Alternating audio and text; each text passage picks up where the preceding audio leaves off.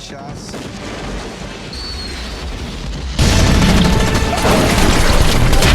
Usually, it's hard to think that there's a glitter of passion and hope within the heart of a director who's known to make movies with over-the-top actions, explosions, and crazy sequences.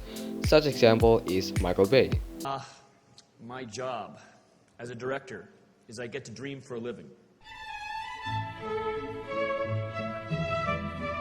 But in 2007, Bay directed Transformers, which is his first movie that was based off of a children's cartoon about fickle-turning giant space robots led by Optimus Prime in the faction of Autobot, who's trying to stop his evil counterpart Megatron in the faction of Decepticon. Using the power of friendships and teamwork with fellow humans, they work together to stop evil once and for all.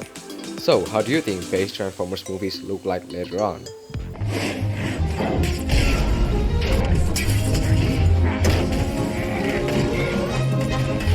Okay, that was actually some clips that I've taken out of context. It's really not that action heavy.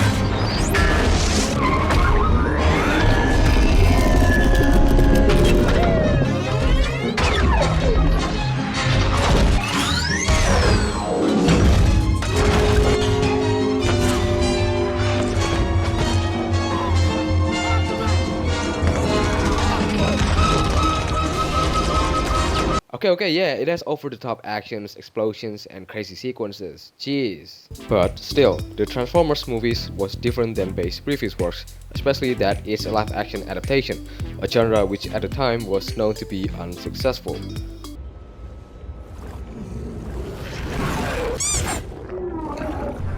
It's the biggest piece of dog shit. But as we all know, the franchise ended up loved both by old fans for the cartoon and newcomers like me. Oh yes, as much as how retarded I am, I'm not just a Star Wars fan, but also a Transformers fan, which is a category of people who deserve more disrespect than the CEO of Ocean Cake. These buttons do... I don't know what any of these things do, to be honest. I just sort of switch them around. In 2011, the chapter has already been closed with Transformers Dark of the Moon. So that's 5 years span from Transformers 1, Transformers Revenge of the Fallen, and then the finale. It quickly became a worldwide phenomenon that many people like myself keep rewatching some of the clips over and over again in the good old days of early 2010s YouTube. Man, that was such a good time. But that was then. Now that there are Transformers Age of Extinction, The Last Knight, Bumblebee, and Rise of the Beast, things have clearly changed a lot.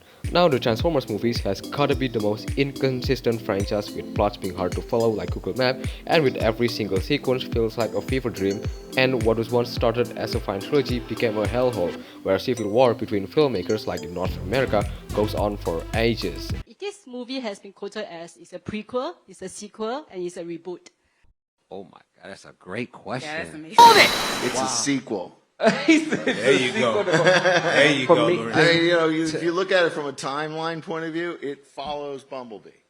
So, but it is a prequel in that it's before all the previous movies. And, well, what happened? To that, we need to look a little closer by spending a few more minutes with me rambling. Please stay on the video. I also like to clarify, when I talk about the movie franchise, I always started off with Transformers movies or something similar, just not to confuse between the movie franchise and the whole franchise that started with cartoon and toys. But with that being said, here's what happened step by step. Also, Steven Spielberg actually helps producing the entire film franchise, so just let you know, it's a big thing, not a small underrated movies.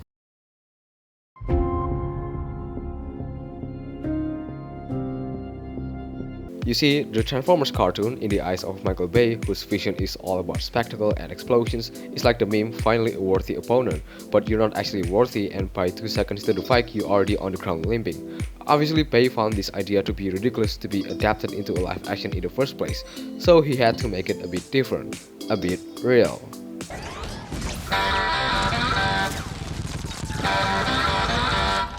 Thus, this is how the live-action adaptation became. Oh, you're Optimus Prime in disguise, but there's an enemy nearby? Well, allow me to introduce myself. Oh, Megatron is looking for a powerful cube that is important for Decepticon? Well, let's do a PvP round on a city full of buildings and people living there. The military exists in the movie? Well, why don't you use them so many times that it became an all-out war action blockbuster? But what I mentioned are Bay's usual recipes in filmmaking, so where's the creativity or originality to it? Well, the movie does have its own styles. Usually it's a mix of action type shot and fantasy atmospheric type shot. There's also a lot of CGI that looks so good. And of course the music. Do you know that meme of a guy jumping off a cliff?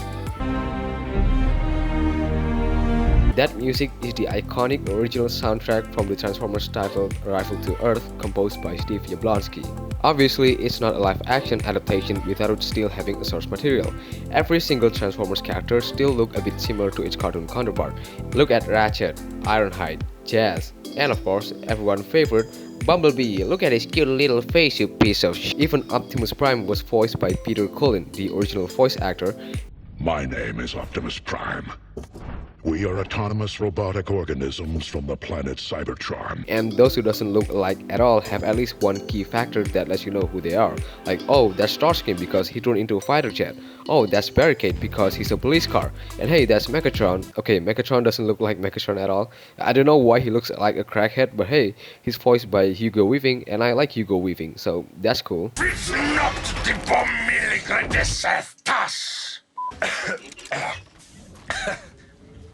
But what does it mean? So because it's a Transformers movie that stands true to its source material, with every action is 1,000 times more intense, Linkin Park song, and Shia LaBeouf, the Just Do It guy, fans of the cartoon and newcomers cried more than watching the Titanic. And that's for Bay is a green light, and for the next 4 years, Bay released the sequel, Transformers Revenge of the Fallen, and its supposed last movie on the franchise, Transformers Dark of the Moon.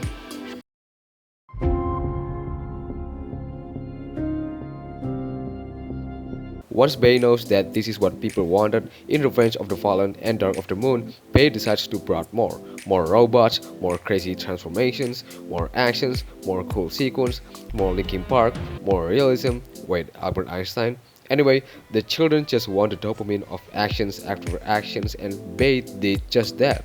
Transformers Dark of the Moon is the perfect example of a perfect sequel and a closing chapter for a franchise because it has everything to offer. It has more actions, by actions like straight up war, and also more emotional depth. I mean, my god, you'd never thought that Linkin Park, who usually makes high energetic songs, would make a song like this. So basically, this is the golden age for Michael Bay because not only that the Transformers trilogy ended in a good term, but Bay is now known as the guy who made the beloved Transformers trilogy that the fans adore.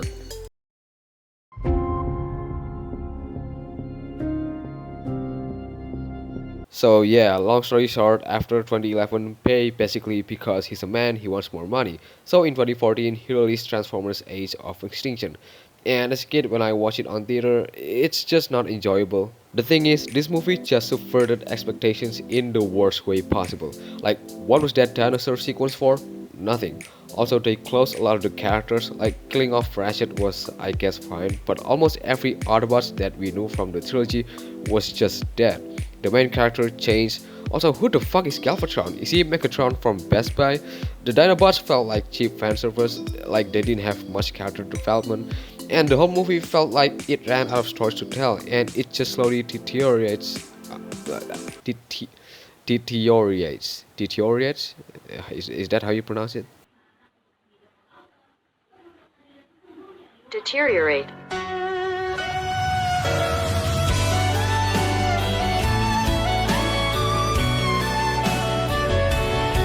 But okay, as a fan I'm like, okay, let's give another try. So there's Age of Extinction, and then there's The Last Night. Released in 2017, it's basically Transformers trying to be like the Fast and the Furious franchise. It's like the meme all dreams have meaning, and then it showed absolute madness, because unironically in the movie, there's a scene where Bumblebee fought in Germany in World War II. And that's just one out of many instances that feels like it was written by AI Dungeon. Like there's the Transformers fighting alongside King Arthur and Merlin, there's Samurai Transformers. Renaissance thrill seekers, people like Catherine the Great, Empress of all Russia, General Washington, William Shakespeare, Queen Elizabeth of England, Abraham Lincoln, Frederick Del Paris, the Wright brothers, Giotto, Michelangelo, Darwin, Churchill, Einstein, Stephen Hawking, Henry V, Leonardo da Vinci. And planet Earth turns out to be the planet-eating Unicron. Earth is Unicron. One day his horns will rise to fight the mad goddess Quintessa.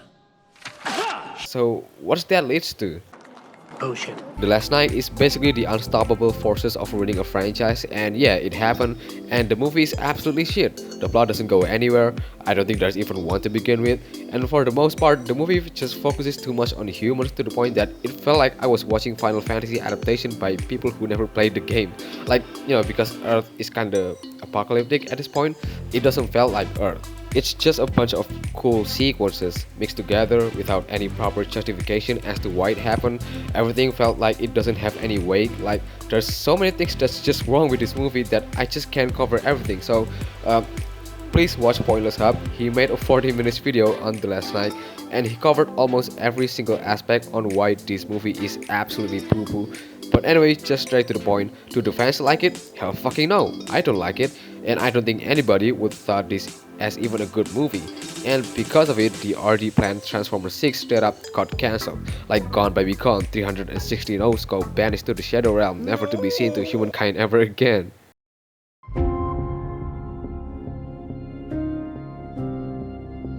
So in 2018, Paramount and Hasbro released Bumblebee, a Transformers origin spin-off movie based on the character that we spent so much time with. But aside from the big meh, the movie was actually consistent and it brings the classic grounded type environment that we saw back in the first Transformers movie, with the human characters spending a lot of time with the robots. So it's an overall good and enjoyable movie. Well, what's wrong with it? Nothing, aside from one thing, which we'll get to that shortly. So this is kind of a happy ending where when the grid ruins it all and the remains is ashes, plants started to grow and Bumblebee is just one out of the many seeds that grow to heal the wound left behind. And that is by an ultimate sacrifice of retcon the previous works. Everything that Michael Bay has created is now gone and we're in the new era. Now, the Transformers and the Cybertron are more or just straight up the equivalent of their cartoon counterpart, which is good. I mean, everything literally changed. Well, except Bumblebee. I don't know why he's the same from Michael Bay, but alright, I don't mind. The franchise has been wiped off the face of the earth, and as I said in my Half-Life video, the good outweighs the bad. And this is exactly that. The support from the fans back in the good old days of 2011 grew more by numbers after the release of Bumblebee. In fact, Bumblebee became the replacement for the Transformers. It paved the way for a new upcoming franchise, one that's more clean and probably has less brutality, less war.